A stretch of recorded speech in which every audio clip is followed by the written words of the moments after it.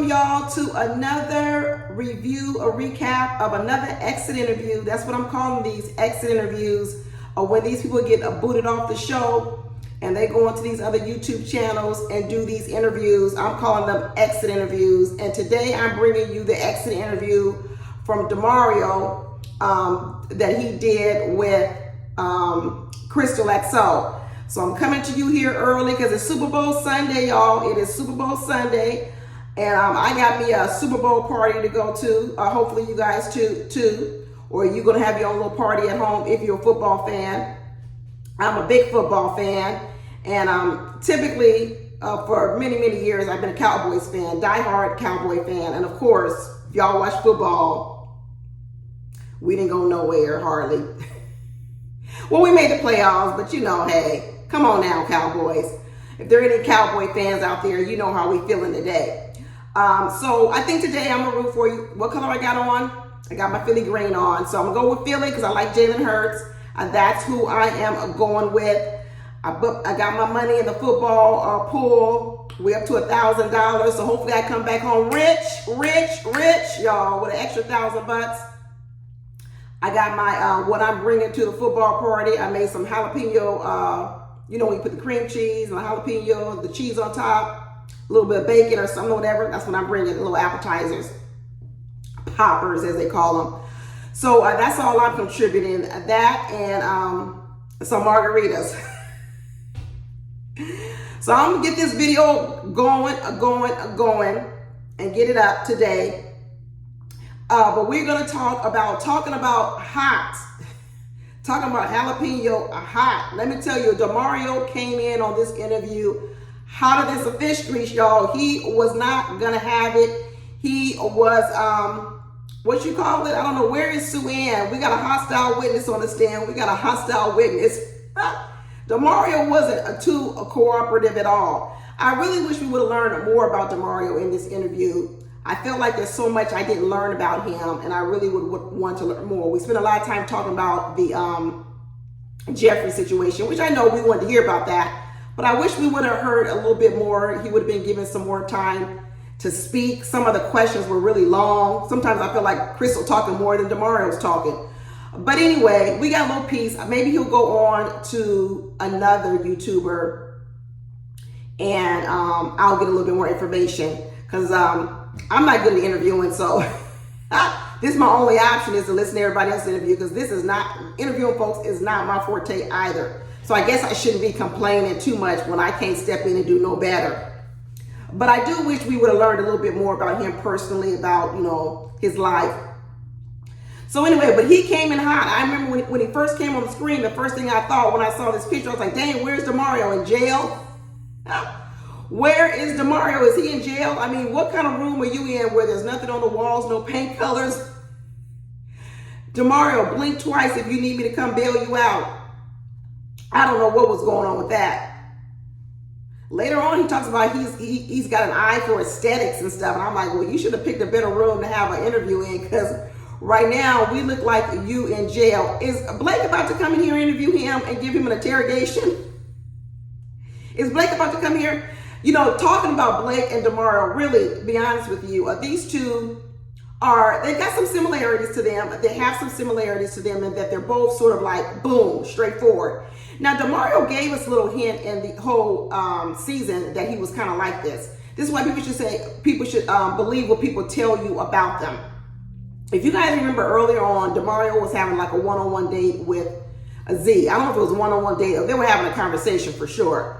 And Z mentioned something about she's an alpha female, which I keep telling people, stop calling yourselves these names, women and men, because there's so many different, people put so many different traits to these names now, alpha female, alpha male. It doesn't do yourself any justice to call yourself something, because you don't know what another person's definition of that is. Some people have really, really negative viewpoints of alpha female and alpha male, both. So when you call yourself that, you automatically label yourself something negative.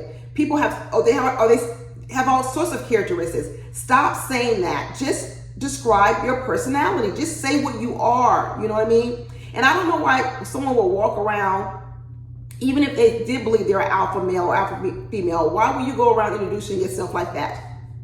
If I'm rich, I don't go around talking about I'm rich.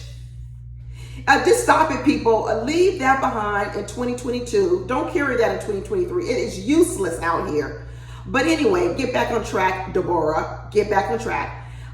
So he had told Z in a one-on-one date or whatever that, hey, how would that work out that you're an alpha female, but I'm an alpha male?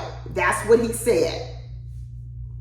And so I think at that point in time, maybe that's why they didn't go any further, or maybe she wasn't on his top or he wasn't on her top, because they assumed at that moment that the two labels they gave each other would clash and they wouldn't go with each other, which is interesting because later on in this interview, Demario mentions he wished he would have gotten to know Z a little bit better. Because let me tell you what Damario's big mistake was in this whole thing. He put all his eggs into Corvaya and he put all his eggs into Jeffrey. Those are the two people. And he actually mentions in this interview that that's actually how he dates. So actually it's not a bad thing, ladies out here in the streets, because one thing we did see Demario do, he went strong for Corvaya. Whether you like Demario or don't like Demario, whether you like Corvaya or you didn't like Corvaya, I was impressed with how hard Demario went for trying to save Corvaya, because I think he liked Corvaya. And I think he also felt like once Corvaya left, he was really going to be shaky. So he kind of also believes the man kind of pulled the rug up underneath him. I'm not going to lie. When he was talking, he was saying, you got to remember the men are competitive too. And they all knew that once Corvaya left, more than likely I would leave too. Because I'm finding out that Corvaya was definitely Demario's number one and Jeffrey was his number two. Now, did it start off that way? I don't know. I'm going to get into that. I'm going to get into what is happening with Jeffrey with these men.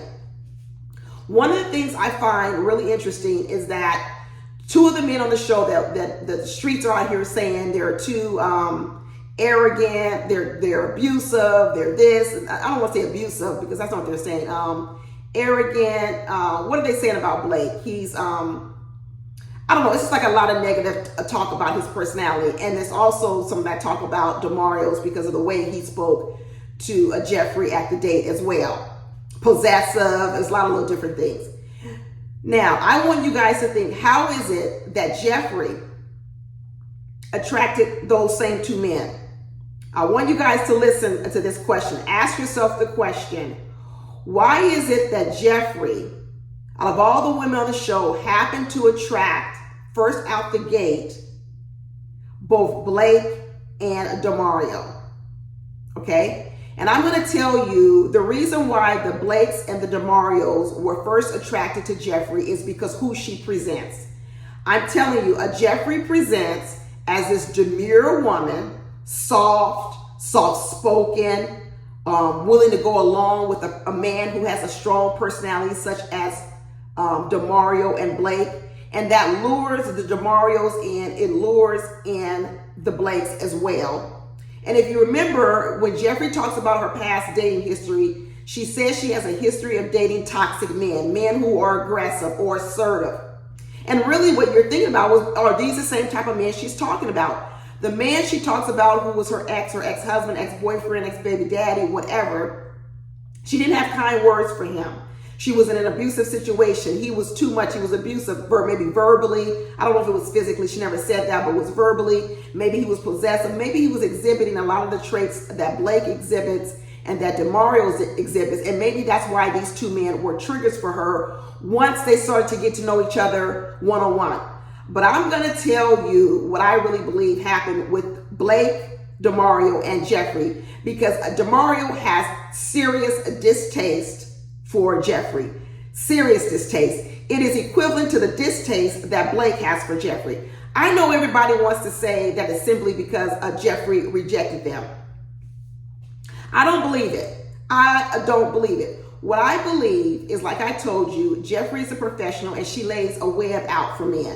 And the one thing about Jeffrey is she doesn't pick the type of men she really wants to be with. She just lays a web out and she becomes what all these men want her to be. And so she attracts a wide variety of men. And she doesn't really attract, she's not concentrating on what type of men she wants to attract. She just wants to attract them all. This is why she's into all these different men.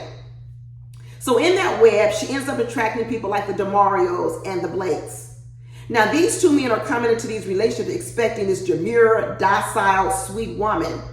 But what happens is once they get there and then they start displaying some of their more characteristics, it butts up against the head of Jeffrey, because I'm telling you, Jeffrey is no follower. She's a leader. Okay, if we are going to give terms to women and we're going to say alpha female or whatever, I'm going to tell you, Jeffrey is not, Jeffrey's more on the alpha female side. She fools you to think she isn't, but she actually is. And that's what produces this butting of the heads inside these relationships with these men. Because these men, I think, once they start to get to know Jeffrey, they start not to like what they see about her, and they start correcting her. And once they start correcting her and she resists their correction, that's when the fighting goes in. And those men, the Demarios and the Blakes, they dig in deeper. They don't retreat. They dig in deeper. And that's what causes all these nasty words. But part of this, not only is it who Demario is and who Blake is, it's also because of who Jeffrey is. Because I'm going to tell you, even if you watch my video on that whole kiss over Jeffrey, I understood how Jeffrey kissing Mark Anthony wasn't something she should have done. So if someone would have come up to me and said, hey, why did you kiss that person in public? Let's say I did do what Jeffrey did. Even though I can say, listen, I can do what I want to do because I'm my own person, absolutely. I also could understand how someone else could view that a different kind of way. And Jeffrey's stance and sort of standing up to Demario told me two things. Not only was she standing up to Demario because she felt he was out of line, he stepped over the line, but it also signifies to me that this is what Jeffrey does. Jeffrey definitely stands up to people. When a woman who is more docile, it doesn't mean that she is any less intelligent than Jeffrey or she doesn't have low self-esteem, but she runs away from the argument. She retreats. She doesn't get into an argument with a man. The verbal bantering that Jeffrey does with men tells me she's an alpha female. If we're going to start using terms, because other women, they're not going to get in a fight with a male. I'm not going to get in a verbal jousting with another man. I'm just not going to do it. Now, I'm not going to be kissing a random man in public like that. And I'm also not going to get in any verbal fight with another man. I'm just not going to do it. So this tells me more who Jeffrey is. And this also tells me why Demario got wrapped into Jeffrey, and also Blake got wrapped into Jeffrey, because they do have these strong personalities, very, very strong personalities. Demario in this interview, he definitely doesn't want to listen to too much besides his own voice, what he wants to say. He definitely is a bit arrogant. He is definitely a bit cocky. You know what? We find out that Demario is a Kappa too. I'm telling you, this show is not presenting these Kappas in a good light. Every time a Kappa is on this show, people are calling them arrogant. I don't know. I'm telling you, it's not presenting them in a good light. But Demario said his only real two connections were Corvaya and then initially Jeffrey. And he also clarified something that Jeffrey talked about, was that why could Demario be so upset that I kissed Mark Anthony? Because Demario had already lost interest in me. Even Jeffrey had said, you weren't even talking to me anymore, Demario. So you didn't even talk to me on the boat at all. So when I did kiss Mark Anthony, why would you have a problem with it? Because you weren't even talking to me. This also tells me that Demario's interest in Jeffrey had waned. It had gone away before the kiss. Now, he was still upset about the kiss because he probably wanted to do it on his own terms. He wanted to be the one to kick her to the curb because of his ego. He wanted to be the one to tell her he wasn't interested in her. And he also probably wanted to use her to stay on the show once Corvaya left. But I believe the interest in Jeffrey was already gone before the kiss. Because what he said, he confirmed finally what Jeffrey said, and was that Demario wasn't even calling her anymore. Demario was 2 feet in of Corvaya, and once Corvaya got booted off on that boat, he had to quickly try to pivot and used Jeffrey, go back to Jeffrey, and Jeffrey was like, I'm moving on to Mark Anthony because that's where the gas is. And that's what happened. And then Demario didn't have any backup options because he only had those 2 horses in the race. And so one is he criticized what she did, okay, because a lot of people did. I did. But he also criticized it because it left him ass out with no connections. So he was bitter and he was angry. But it wasn't because he really, really wanted Jeffrey. I don't think so. I think Demario had already figured out about Jeffrey the same thing Blake did. And it's the same thing that happens to men is you listen to Jeffrey, you hear Jeffrey, and she draws you in. But once you get on the inside and you start having these one-on-one conversations behind closed doors, you quickly realize that what Jeffrey presents is not who she is, and these men lose interest. And then after the men lose interest, Jeffrey starts calling them names too and starts talking about who they are. And they're easy targets. That's what I believe ends up happening. I really believe his number one was Corvaya. He said they had the connection with the sororities and fraternities. He was a Kappa. She was an Alpha. He's kind of into the things in terms of materialistic things a little bit too, I believe. And so was Corvaya. So I think, actually, to be honest with you, I think he and Corvaya probably really did have some things in common. And if you remember, you know who else was interested in Corvaya at first? I do believe Blake was. I believe Blake and Demario are attracted to some of the same type of women. Now, Blake got curbed by Corvaya because, with the 3 kids and all this other kind of stuff. But Demario was single with no kids. And so he was still available, someone that I think Corvaya probably could have gotten to know. And I don't know if Demario meets Corvaya's body standards because he's not built athletic with muscles. I think he's carrying a little bit of extra weight. He's not fat or anything, but I do think he's carrying a little bit of extra weight. So I'm not for sure in terms of looks, Corvaya. Like he does have those light eyes. So I think he's still a good looking man.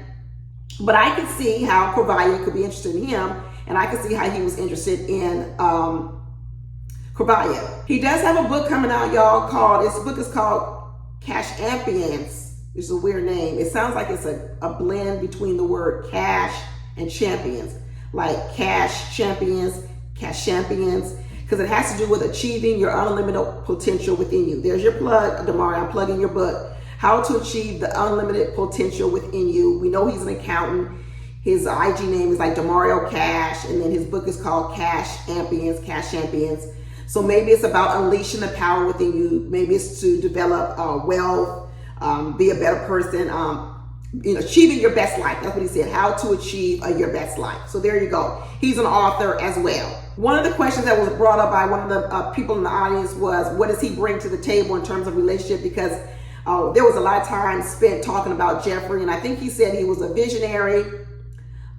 He's a visionary. He adds provision and he provides a protection. Now remember, this is Jeffrey's tag name. What are you looking for, Jeffrey, in a man? I want a protector, a provider, and a leader. Well, when a Demario hears this, and when a Blake hears this, protector, provider, and leader, I mean, that's right up their alley. They're going to be drawn to a woman like that. But I keep telling you, Jeffrey doesn't want a leader. Jeffrey's the leader. She's really attracting the wrong man. With this nasally voice, she's attracting these strong-minded men because they think that's who she is. And then when she gets with them, there's going to be a clash. She really needs to change her own dating strategy. It's all wrong. She's attracting the wrong type of men. People think she's just and that's also going to attract toxic men. So whether you believe Demario is toxic and Blake is toxic, her personality, the game she's playing, the image she's putting up is one that will attract a toxic man because men think they can dominate her, and they can't dominate her because she herself is a leader. But some of the things that Demario was saying to her initially about going around and kissing random men, you don't even need to be a man who is toxic and domineering to not like that. So that's what I'm saying. I don't really understand why she didn't understand that, because I think there's a lot of men who wouldn't like that, to be honest with you. And those men aren't necessarily toxic. It's just that they wouldn't have wanted to continue to pursue a woman that had so publicly kissed another man. Now, there are tons of men who it wouldn't have bothered. But just because it bothered a man, it doesn't make him a toxic alone. So that's why I didn't understand why Jeffrey didn't understand that point, and at least concede that a little bit in talking with Demario. That's the part that I didn't understand. But you know, Christal XO asked him, you know, whether Demario, hey, that would have been their name if they was together, Demario. But anyway, if Jeffrey had chosen you to kiss, would you still be dating her, or would you still been on the show and dated her? And he said, no, he didn't think so.